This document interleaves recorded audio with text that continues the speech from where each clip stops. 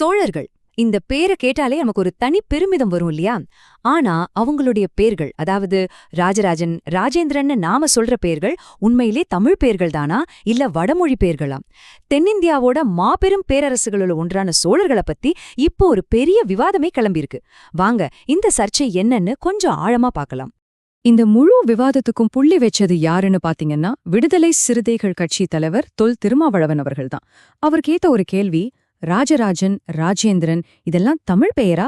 அவங்கெல்லாம் வடமொழி பெயர்களை தானே வச்சுக்கிட்டாங்க அப்படின்னு சொன்னாரு. அவ்வளவுதான். இந்த ஒரு கருத்து ஒரு பெரிய புயலையே கிளப்பி விட்டுடுச்சு.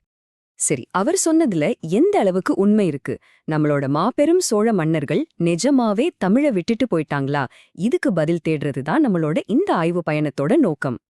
இந்த அடையாள சிக்கலை நாம அவிழ்க்கணும்னா முதல்ல ஒரு ரொம்ப அடிப்படையான கேள்வியிலிருந்து ஆரம்பிக்கணும். அவங்களோட உண்மையான, அதாவது அவங்க பிறந்தப்போ வச்ச பெயர்கள் என்ன? முதல்ல ராஜராஜ சோழன். இந்த பெயரை கேட்டாலே ஒரு கம்பீரம் வருது இல்லையா? ஆனா நம்ம எல்லாரும் கொண்டாடுற இந்த ராஜராஜ சோழனோட இயற்பெயர் என்னன்னு உங்களுக்கு தெரியுமா? அருண்மொழி. ஆமாங்க, அருண்மொழிவர்மன். இதுதான் அவரோட இயற்பெயர். கிபி 985 அவர் அரியணை ஏறும்போது கூட அவரோட பெயர் அருண்மொழிதான். அதுக்கப்புறம் ஒரு 3 வருஷம் கழிச்சு கிபி 988 தான் அவருக்கு ராஜராஜன் அப்படிங்கிற பட்டம் கொடுக்கப்படுது. அதாவது ராஜாக்களுக்கெல்லாம் ராஜான அர்த்தம். சரி, இது ராஜராஜனோட கதை. அப்போ அவரோட மகனும் இன்னொரு மாபெரும் வீரருமான ராஜேந்திர சோழன், அவரோட கதை என்ன? அவரோட இயற்பெயர் என்னவா இருக்கும்? மதுராந்தகன். திருவாலங்காட்டு செப்பேடுகள்ல இது ரொம்ப தெளிவா சொல்லப்பட்டிருக்கு. அவரோட இயற்பெயர் மதுராந்தகன். கிபி 1012 அவர் இளவரசரா முடிசூட்டும் போதுதான் அவருக்கு ராஜேந்திரன்கிற பட்டம் கொடுக்கப்படுது. சோ இப்ப என்ன தெரியுது? நாம பெருமையா பேசுற இந்த ராஜராஜன், ராஜேந்திரன் ரெண்டுமே அவங்களோட பட்ட பெயர்கள் தானே தவிர இயற்பெயர்கள் இல்ல. அதோட நிக்கல, அவங்களுக்கு இன்னும் ஏகப்பட்ட பட்டங்கள் இருக்கு. சிவபாத சேகரன், மும்முடி சோழன், கங்கை கொண்டான், கடாரம் கொண்டான். அப்பா, இந்த லிஸ்ட் போய்கிட்டே இருக்கும். இதுல ஒவ்வொரு பட்டமும் அவங்களோட ஒரு மாபெரும் வெற்றியையோ இல்ல ஒரு குணத்தையோ சொல்லுது. காலப்போக்குல அவங்களோட இயற்பெயர்களை விட இந்த பட்டங்கள் தான் அவங்களோட அடையாளமாவே மாறிடுச்சு. ஓகே, சோழர்கள் வடமொழி பெயர்களை பட்டங்களா வச்சுக்கிட்டாங்கன்னு புரிஞ்சுது. அதுக்காக அவங்க தமிழை கைவிட்டுட்டாங்கன்னு அர்த்தமா? கண்டிப்பா இல்ல. அவங்க தமிழுக்கு செஞ்ச பங்களிப்புகள் என்ன சொல்லுதுன்னு முதல்ல பாக்கறான். பேராசிரியர் எம். பவானி சொல்றத கேட்டா ஆச்சரியமா இருக்கும். சோழர்களோட தமிழ் பணி சாதாரணமில்ல. சிதம்பரத்துல மறைஞ்சு கிடந்த தேவார பதிகங்களையெல்லாம் தொகுத்து வெளிக்கொண்டு வந்தது அவங்கதான். தஞ்சை பெரிய கோவில்ல தமிழ் திருமுறைகளை ஓதுறதுக்காகவே 48 ஓதுவார்களை நியமிச்சாங்க.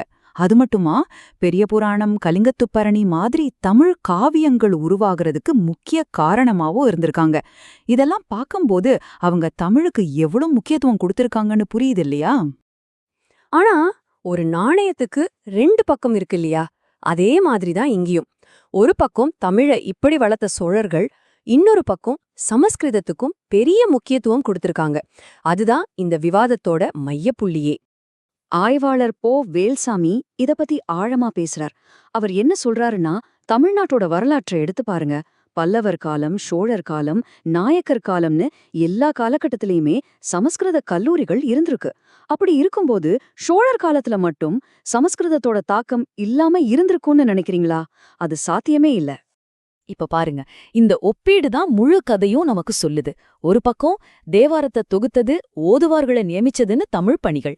இன்னொரு பக்கம் ராஜராஜன் மாதிரி சமஸ்கிருத பட்டங்கள், வேத யாகங்கள், சமஸ்கிருத கல்லூரிகள்னு அதுக்கு ஒரு பெரிய ஆதரவு.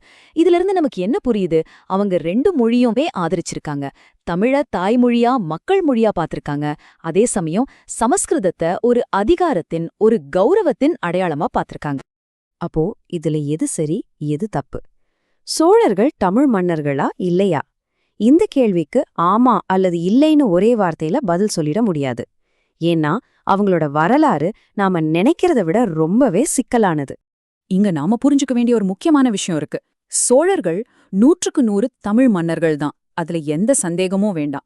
தமிழையும் தமிழ் பண்பாட்டையும் அவங்க கொண்டாடத்தான் செஞ்சாங்க.